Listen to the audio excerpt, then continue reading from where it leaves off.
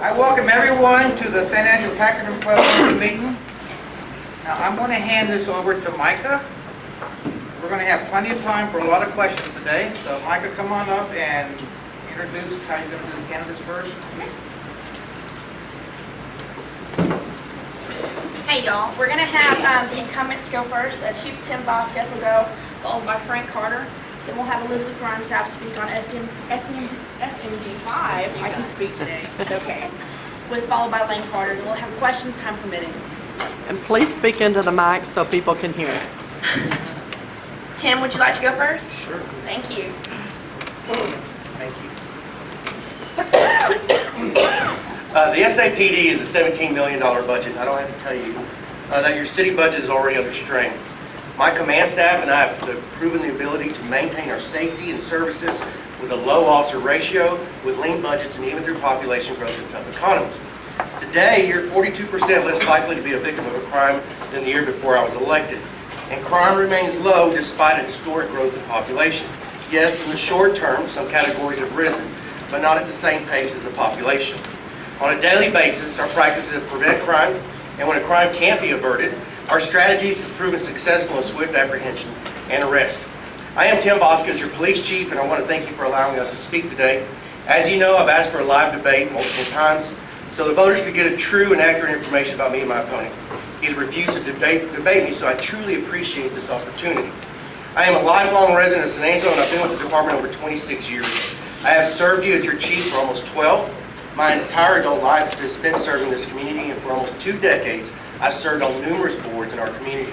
And since September, I've served as the president of the Texas Police Chiefs Association, which has been a great honor, and I'm the first chief from San Angelo to ever serve on this board.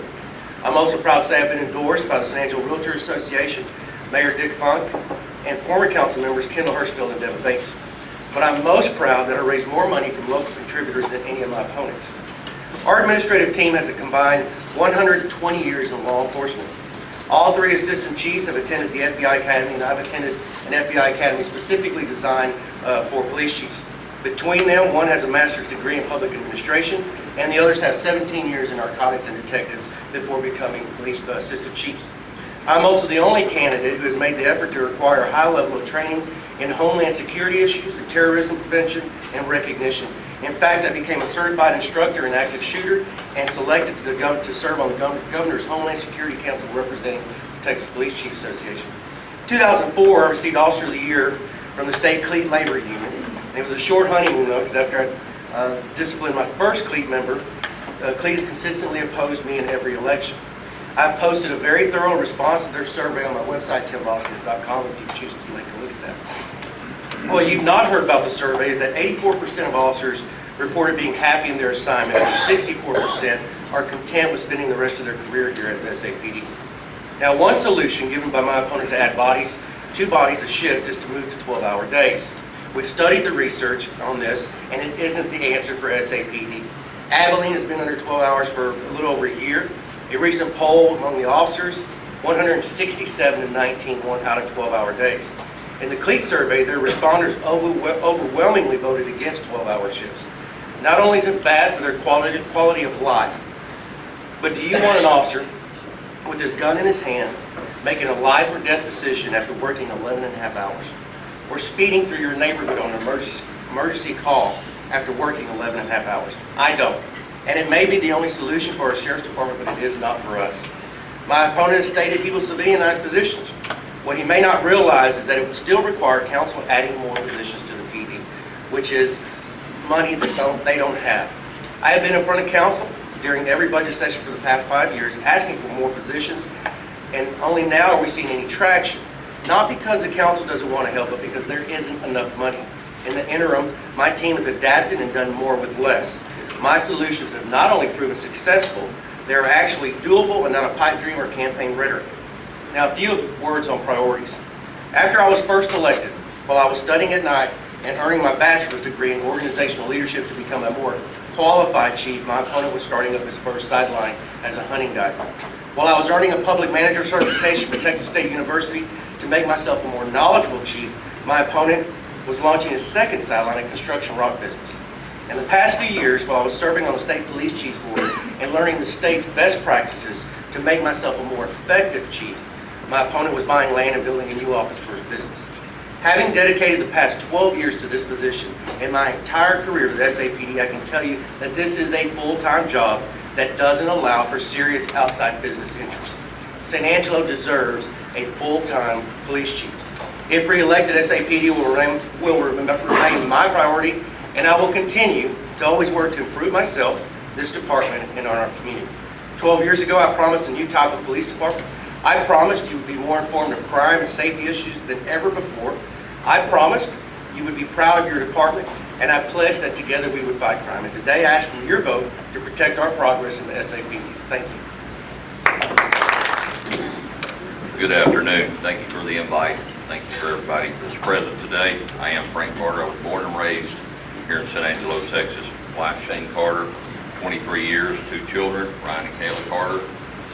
Both recently graduated Central High School, working part-time here in San Angelo, attending college. I am a Republican. I'm a strong supporter of the Second Amendment, and I stand firm with less tax and less government. I spent 12 years in the Army National Guard, advanced to the rank of Staff Sergeant at the age of 23. A portion of that time was full-time, down on the Texas-Mexico border, assisting U.S. Customs, locating illegal narcotics.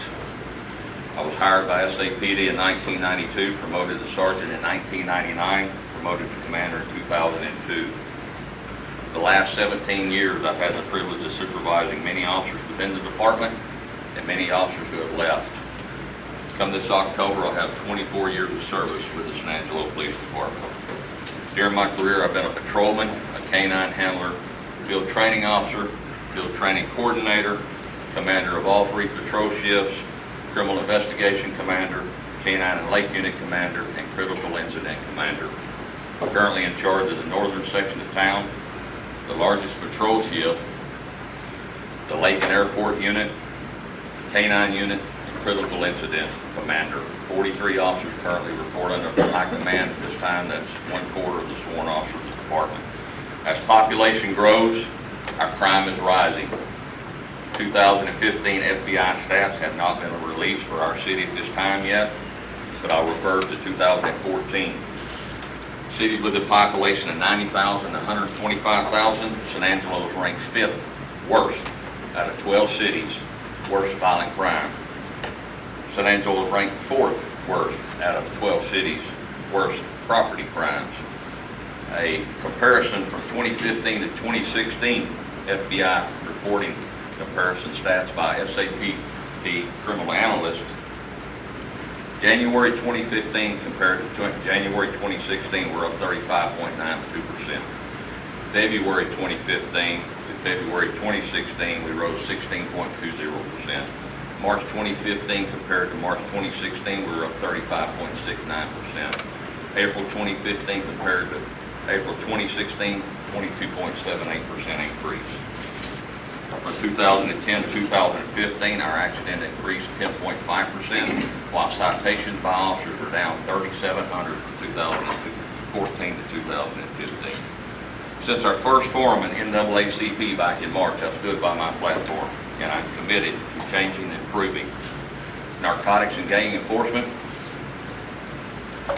patrol tactics and manpower, department morale, traffic enforcement, agency relationships, recruiting and retention, budget and capital improvement. I would like to expand what Chief Oscar said on 10-hour shifts. Louisville Police Department just went to 12-hour shifts after their officers were tired of 8-hour shifts. Their study shows that an officer is less fatigued during a 12-hour shift. It's more conducive for work, and it allows more time for the officer to spend at home with their family. What I want to do with a 12-hour shift is add a physical fitness program. The city has pushed us in that situation now, which is a great thing, that we need to be physical fit. We are required on a yearly basis to take a physical test now. I would like to incorporate that program in their daily activities. So in essence, they're actually not working a 12-hour shift. So I can come up with studies to defer what Chief Oscar has just stated. As far as my business, yes, I own a business. That's motivation and desire. I spent the first 12 years of my life at the police department, married to it, trying to make ends meet. Can you use the mic a little bit better? I can hear you fine, but I don't know that everyone. Yes, sir. Thank you. The first portion of my career, I was living by the penny, and I see it as motivation and desire to make a better person. There's officers within the department now that work 7 days a week.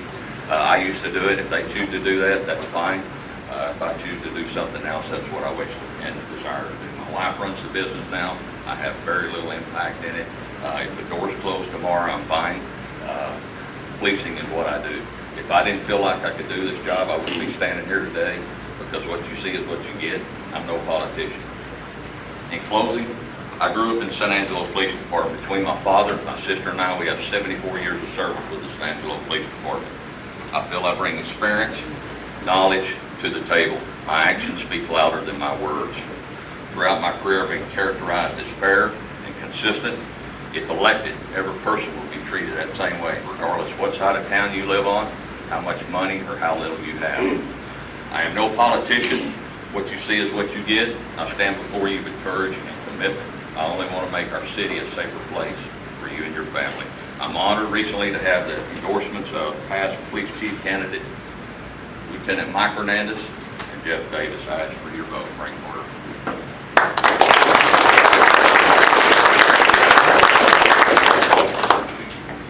Thank you both. We'll allow a few questions from the audience directed towards the police chiefs. Now, I'm going to remind both candidates this is not a debate and we will not speak to each other. You can speak to the audience. Does anyone have any questions for the police chiefs? Come forward. I'd like to know where each of them stand on appointed versus elected police chiefs. Okay. Mr. Go ahead, I'll let him go first. Would you like to go first? Okay. We'll have Frank Carter go first. You know, there's pros and cons to both. I'm for the people. The people have spoken. They've asked for elected position, elected police chief, and that's where I stand with that. There are politics involved with an elected position, but it's up to the individual candidate or the chief that's in that position to remove those politics. That was a very good question. You know, I supported the appointed position, and I stand today as being the administrator for the last 12 years. I can tell you what is better for the organization. Now, I know that as a community, we overwhelmingly selected to keep it elected. That being said, I think right now is a prime example of why we should make it appointed. When you look at arrest, you know, particularly arrest, we average about 300 a month. In the month of May, during the selection cycle, we had 100. So you can see the activity down.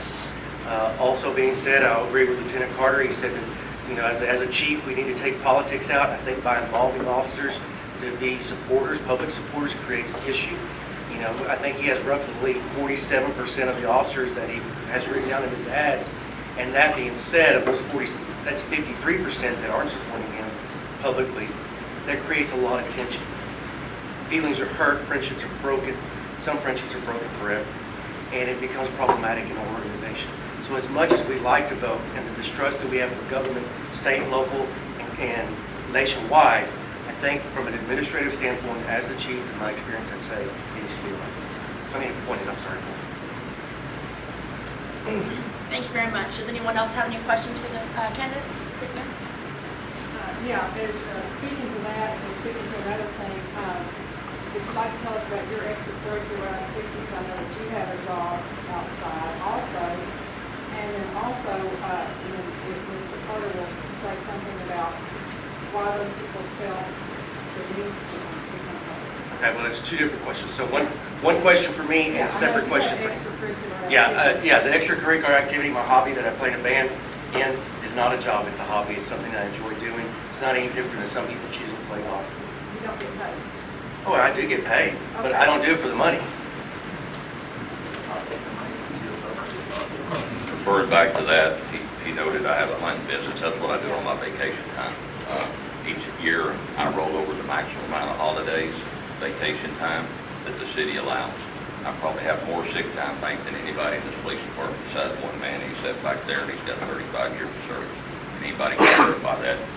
So what was your question, ma'am? About, I mean, your endorsements, they're still wanting to be public. Sure. And to be quite honest with you, the only people that I personally asked are officers that have left this department that other officers don't have contact with in the department. I still do. Those officers were in agreement to be on that list. He quotes 47%, that's fine, but there's many that are not on that list that are privately supporting, and that's not only within the department, that's all law enforcement agencies from the judicial system, the court system on down. We'll take one more question for the police chiefs. Anybody? I have one. Yes, sir. During this campaign, I've heard from every candidate about the impending crisis that's going to hit that law enforcement will have to deal with.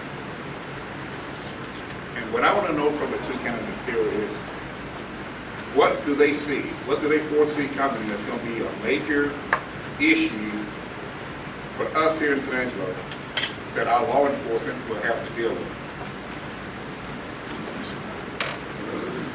I think one of the major concerns will be Port to Plains. We need to start preparing now for that. With that extra traffic, I mean, you see the cities that have interstate traffic through there, you see the problems that they deal with. We need to start focusing on that issue now to be prepared. We get you to flesh that out a little bit. Sir? I happen to sit on the board of the Ports to Plains Alliance, and I want to understand how you're characterizing the negative effects of the Ports to Plains Alliance.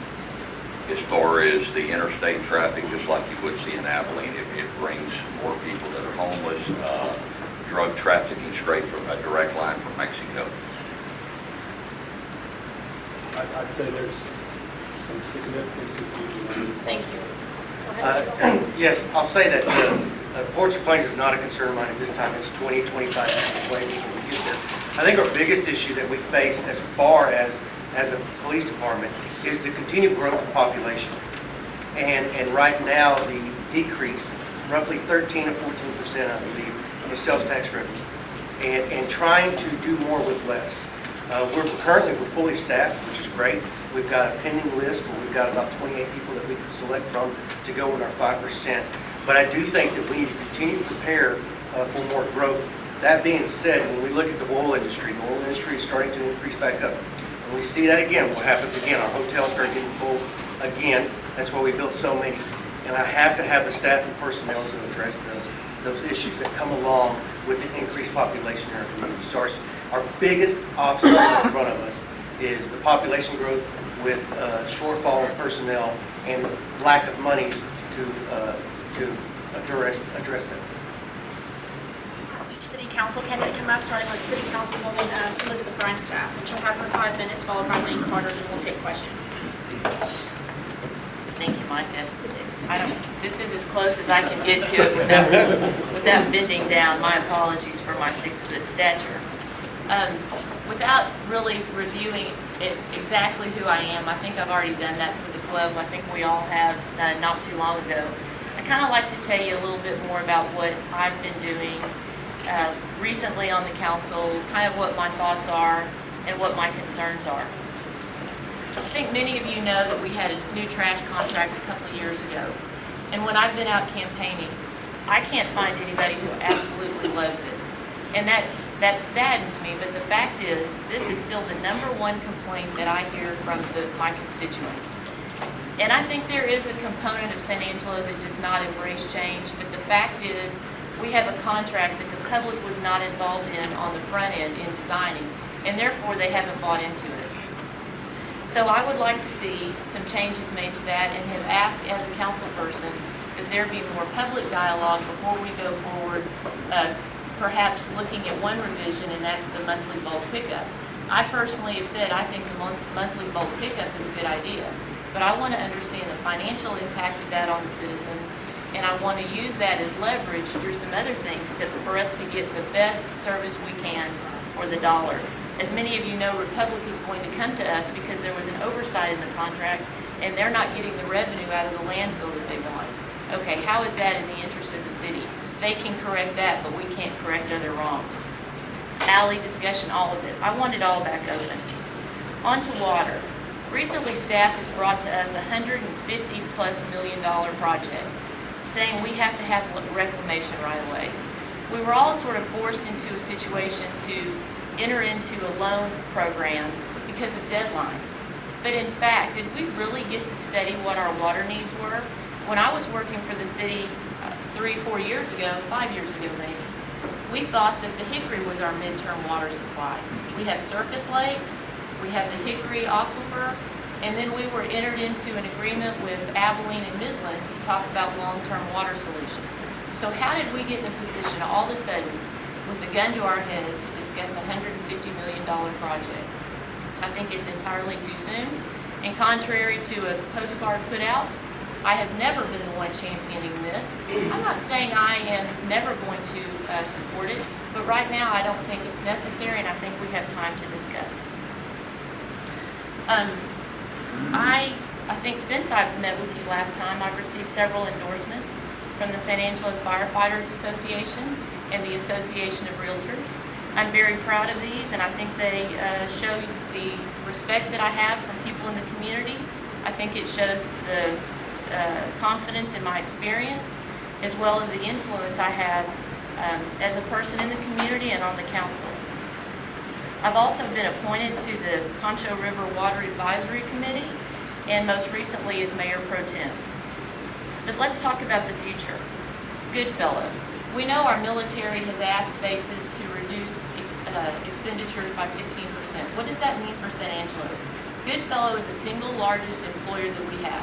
How we treat Goodfellow is very important. I've participated in the delegations that have gone to Washington to keep Goodfellow, and as a staff person, I prepared many a delegate to go in that capacity. You know, the mayor goes every year. I believe Councilwoman Farmer has been. Many of you involved with the chamber have done that. It is critical that we keep a good relationship there. I mention these things because I believe that my experience, my knowledge, is very valuable in this. These are not activities for rookies. I say that very sincerely. I'm not serving you for my ego. I'm not doing it for my health, and I'm certainly not doing it for my income. It's actually hurt my income. I'm serving because I was asked to do so by my constituents, and I have done so very proudly. I believe I'm probably the most transparent candidate that we've ever had, and yet for some reason that doesn't seem to be enough. I'm very interested in providing you the best service possible by the services that the city performs at absolutely the lowest tax rate possible. Whether we're talking about trash, water, Goodfellow, these are all very big issues that are looming before us. And I'm asking you for your vote again because I believe I am still the best person to represent the citizens of SMD5 as well as the city at large. Thank you very much, and thank you for allowing me to be here.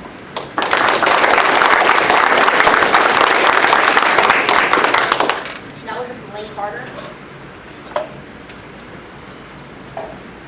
Thank you all. First of all, I want to thank the Pachyderm Club and Committee for hosting this once again, and for all of y'all to turn out to come spend your lunch with us. If you don't know me already, I'm Lane Carter, and I'm running for District 5 City Council. I'm born and raised here, and I'm deeply rooted in this town, and that's why I'm concerned. My family and I have been here for 3 decades. I care about what the city and the citizens that live here are concerned about, and quite frankly, I don't think they're satisfied. I am not a resume builder.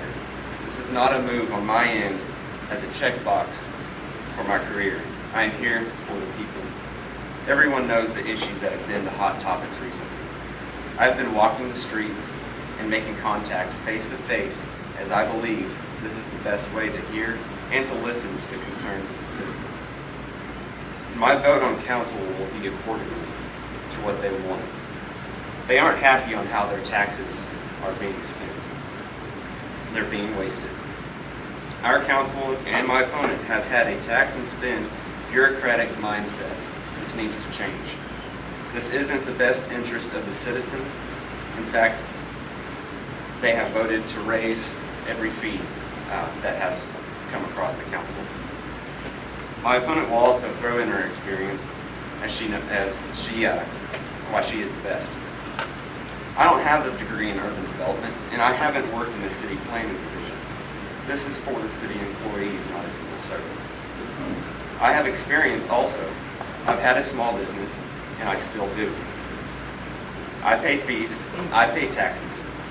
Not only do I run my own household, I manage 5 others in my real estate holdings. I started headstrong young, and I have continued to do so. The work ethic will continue when I'm on council, and that's why I believe I will be the best choice for this position. I started my own lawn service when I was in high school and grew the business to over 70 clients and 5 employees before I was out of college. I started my real estate investments as a freshman in college and have grown that business to 5 rental properties and 2 pieces of raw land for later development. I remodel houses, and I am proud of the work that I do. This will also continue as my ethic on council. The issues we face as a city are crucial at the moment and have been for years, but it seems nothing has been accomplished. Number 1, finding the water source we need as a city for a reasonable price.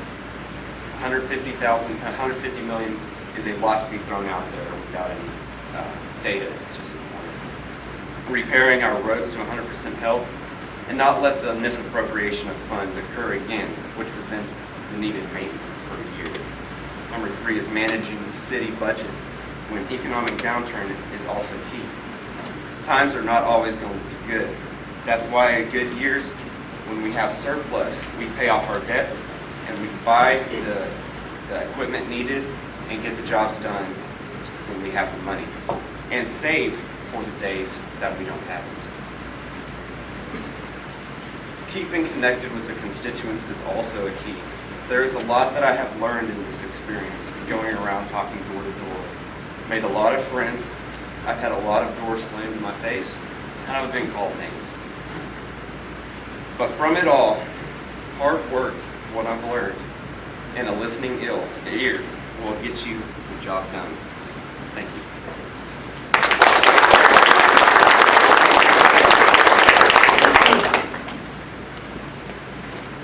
Thank you both. Now we'll take some questions for the audience. As I said before, this will not be a debate. The opponents will not have a chance to communicate with each other, only to you. Do we have any questions to begin with? Yes, ma'am. Wayne, it's my understanding that if you were to be elected in the single member District 5, your position would be to represent the people of single member District 5. And I'm wondering what your thoughts are on recusing yourself from the vote on a city insurance plan as an employee of Shannon Hospital, how you would represent that group. I'm going to be non-biased. I worked for community when that vote was placed, and I was against it then as a community employee. But you would not be able to vote, if I understand that correctly. You would have to recuse yourself. I would step away from that So how to would show you that I represent the people of single member District 5? I will voice my opinions and concerns on the board accordingly of what the citizens want and do with that. Let them go from there. At that point, I would represent them as much as possible without being biased and having any accusations.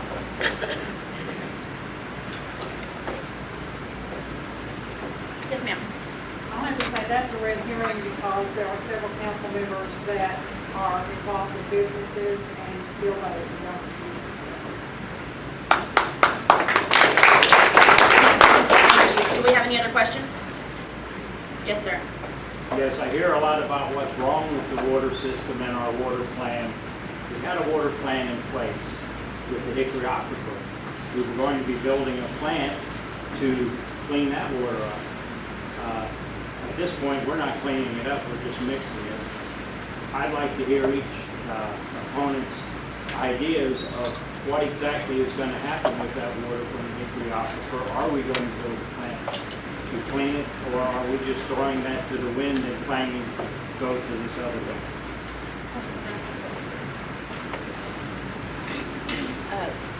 The Hickory water is being treated. We are taking the radium and other constituents out that are not safe. But I think what we've all learned through the water discussion is that our real problem here is that we have a water treatment plant that's aging, antiquated, and is soon to fail. So to me, it's become the tail wagging the dog. we really need to address that. So if you want to talk about a reclamation system, the reclamation system is really, I would say the Cadillac of all water treatment systems. But until we're really committed to water reclamation, we don't need a system of that type. What we do need is a system to handle the current water that we use on a daily basis. And that should be, I think, our first concern. As you remember, Tom, there was an item before the council where we considered a water plan. And that water plan should look at future water needs based on population projections, what we have available now, what rights we have to each source, whether we're using them or not, and marry that up with really what should be our best focus. Also, it should look at the water lines, existing water lines, and where we're losing what could be a significant amount of already treated water. So I think the plan itself is very important. I think it's terrible that the plan is on, just now being started when we've been talking about water issues for years and years and years. This should have been done, 5-10 years ago. But I think we're getting there. But I think we really are going to need to address in the short term the existing water treatment plant.